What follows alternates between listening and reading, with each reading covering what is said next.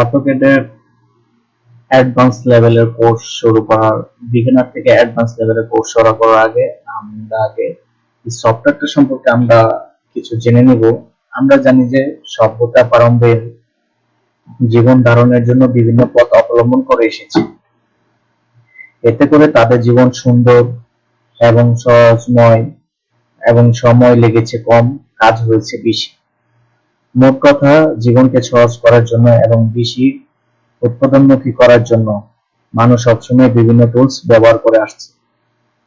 কিছু কিছু কিছু কাজ যেগুলো ড্রাফটিং ডিজাইনের সাথে জড়িত, এগুলো শুরু থেকে হাতে করা হতো এবং সময় লাগতো অনেক বেশি। কিন্তু মানুষ জীবনের আগের চেয়ে কাজের পরিমাণ বেড়েছে, প্রতিযোগিতার বাড়েই চলছে।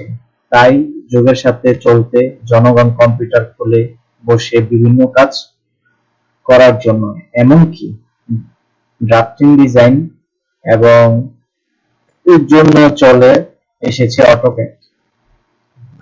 19-20 শতাব্দীতে থমাস নামক একজন লেখক, তিনি লিখেছেন, "Many tools using animal.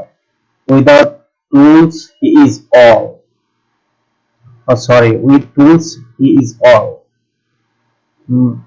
বলা যায় ড্রাফটিং ডিজাইন এবং ক্যাড এর যে টুলস মাত্রা এবং যার জীবনযাত্রার মান অনেক সুন্দর করে তোলে। যদিও এক সময় ক্যাড একটি ব্যয়বহুল সেটআপ ছিল, কিন্তু আজকাল ক্যাড সিস্টেম আয়ের সাথে তাল মিলিয়ে অতি সহজে সাধ্য হয়ে এসেছে। সাধারণত পিসি এই বলতে পারছেন ক্যাড ভিত্তিক কাজগুলো। 80 দশকে ক্যাডের প্রচলন সাধারণত মানুষের নাগালের চলে এলেও বাংলাদেশের প্রয়োগ এসেছে অনেক পরে। বাংলাদেশের ফুটওয়্যার শিল্প তথা চামড়া শিল্পী ভবিষ্যৎ অতি উজ্জ্বল, আর এই বিশাল চামড়া শিল্পের প্রয়োগ রয়েছে ক্যামের। ইঞ্জিনিয়ারিং সেক্টরে civil, electrical, mechanical, architectural, interior design সকল ক্ষেত্রেই ক্যাডের প্রয়োজন চলছে। বাংলাদেশের সবচেয়ে বড় প্রজেক্ট ছিল যমুনা সেতু, যার ডিজাইন ড্রাফটিং হয়েছে ক্যাড এর মাধ্যমে। বর্তমানে গার্মেন্টস সেক্টরে ক্যাড প্রয়োগ চলছে। টেক্সটাইল এবং প্রোডাক্ট ইঞ্জিনিয়ারিং এ প্রয়োগ খুবই ফলপ্রসূ। এখন আমরা জানবো ক্যাড কি। অটোক্যাডের আমরা এই অংশটাকে দেখতে পাচ্ছি শুধু ক্যাড। এখন ক্যাড অর্থ হচ্ছে কম্পিউটার এডিড ডিজাইন, যার হচ্ছে শর্ট ফর্ম হচ্ছে ক্যাড। ক্যাড এক ধরনের ডিজাইন বা গ্রাফিং সফটওয়্যার টুলস। ড্রয়িং এর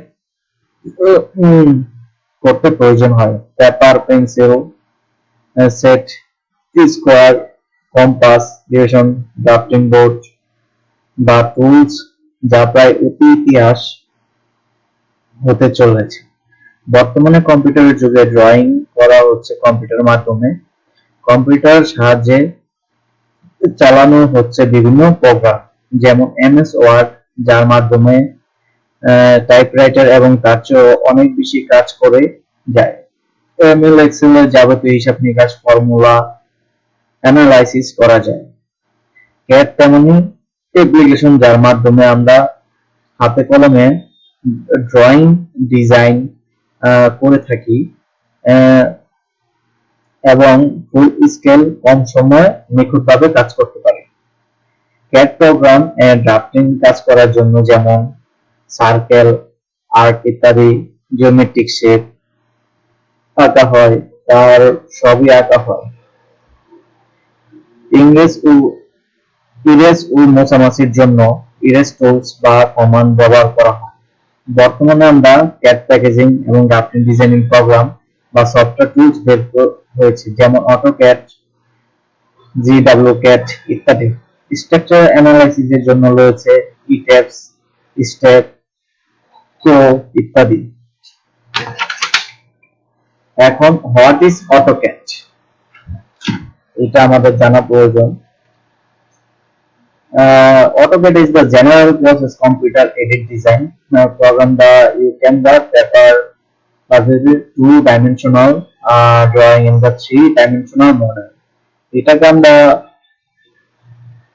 2D বা 3D হিসাবে ডিজাইন করতে পারি, বাস্তব এবং ফ্রন্ট ভিউ বলা যেতে পারে। যত রকম কম্পিউটার এডিট দেখা যাচ্ছে সেগুলোর মধ্যে অটোক্যাড হচ্ছে সবচেয়ে ব্যবহৃত এবং ইউজফুল একটি এবং family CAD software. Autodesk US company একটি রেজিস্ট্রেশন ট্রেডমার্ক হচ্ছে অটোক্যাড।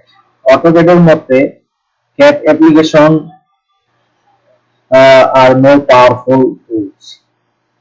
আমরা ম্যানুয়ালি যে সকল ডিজাইন এবং ড্রয়িং এর আর্কিটেকচারাল ডিজাইন করে থাকি তার সাথে তুলনা করলে বলা যায় যে অটোক্যাডে সহজভাবে কাজ করা যায় এবং মোশন করে সময় বাঁচানো যায় প্রচুর। এখন অটোক্যাডের ব্যবহার হচ্ছে কোথায়? সব ধরনের আর্কিটেকচারাল ড্রয়িং ডিজাইন এবং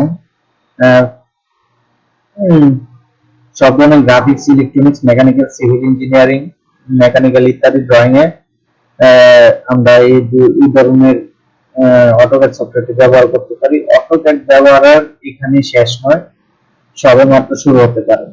আপনারা প্রশ্ন করতে পারেন আমাদের দেশে এত জনবল থাকা সত্ত্বেও কেন আমরা অটোক্যাড ড্রয়িং ডিজাইন করব? উত্তরে বলতে হয়, আপনি যখন অটোক্যাডে কাজ করেন বা করবেন তখন আপনিও ড্রয়িংটি করার চেয়ে অনেক বেশি কাজ করেছেন। যেমন আপনি আপনার দ্বিমাত্রিক ড্রয়িংটিকে ত্রিমাত্রিক ড্রয়িং এ রূপান্তর এবং বিভিন্ন দৃশ্য তৈরি করে এবং এগুলোকে প্রিন্ট এবং প্লট নিতে পারেন। এগুলো হচ্ছে সুবিধা অটোক্যাডের। আরো নানা ধরনের কাজ আছে। অটোক্যাডের ওয়ার্কশেপ গুলো নানা ধরনের হয়ে থাকে, সেগুলো 2D 3D হয়ে থাকে। এগুলো নিয়ে আমরা ম্যানুয়ালি পরবর্তীতে বিস্তারিত ক্লাস করব। আশা করি আপনারা এই অটোক্যাড সম্পর্কে অনেক কিছু জানতে পেরেছেন। আমি সামনে চেষ্টা করব আরো বিস্তারিত আপনাদের জন্য ক্লাসগুলো নিয়ে আসতে, কারণ আমি যেহেতু এই চ্যানেলটি খোলা হয়েছে শুধু অটোক্যাড রিলেটেড, এটাতে আমি যে কোনো অটোক্যাডের যে কোনো একটা ফাংশন নিয়ে বা কমান্ড নিয়ে যদি কাজ করি আমি চেষ্টা করব সেটার A to Z সেখানে তুলে ধরার। তাতে করে কি হবে, যদি আপনি এটা একটু মাথাতেও নিয়ে রাখেন তাহলে আপনারা এটা সহজেই কোনো কাজে লাগলে সেটাকে সঠিকভাবে কাজে লাগাতে পারেন এবং কাজ করতে গেলে যাতে কোনো ধরনের সমস্যার সম্মুখীন না করতে হয় এর জন্য আমি এই চ্যানেলটি করেছি, যাতে বিস্তারিত আমরা এটা নিয়ে যে কোনো কিছু নিয়ে আলোচনা করতে পারি, যে কোনো একটা কমান্ড নিয়ে আলোচনা করতে পারি। আমাদের আরো কিছু কাজ আছে আমরা যেগুলো করে থাকি। আমরা হচ্ছে ডিজিটাল সার্ভে করে থাকি, ফাইলিং, পৌরসভা plan plus, architectural drawing, structural design, 3D modelling, construction site supervision, estimating ও কাস্টিং, ইন্টেরিয়র ডিজাইন, ইলেকট্রিক্যাল ডিজাইনও করে থাকি, প্লাম্বিং ডিজাইন, সয়েল টেস্ট এবং জমি প্লট বেচা কিনাও করে থাকি। ভালো কোনো জমি থাকলে সেগুলো কিনে থাকি। যদি আপনাদের মনে হয় যে আমাদেরকে দিয়ে কোনোভাবে আপনার উপকার আসতে পারে তাহলে আমাদের সাথে নিচের কমেন্ট বক্সে যোগাযোগ করতে পারেন। আমরা পরবর্তীতে আপনার সাথে যোগাযোগ করব ইনশাআল্লাহ। আশা করি আপনারা আজকের এই ক্লাসটিতে অনেক কিছু জানতে পেরেছেন। সময়ের সাথে সাথে আমরা আরো অনেক বেশি জানবো, কারণ একদিনে তো আর সবকিছু শেখা যায় না। সাথে সাথে সময়ের সাথে সাথে আমরা আরো নতুন কিছু শেখার চেষ্টা করব ইনশাআল্লাহ।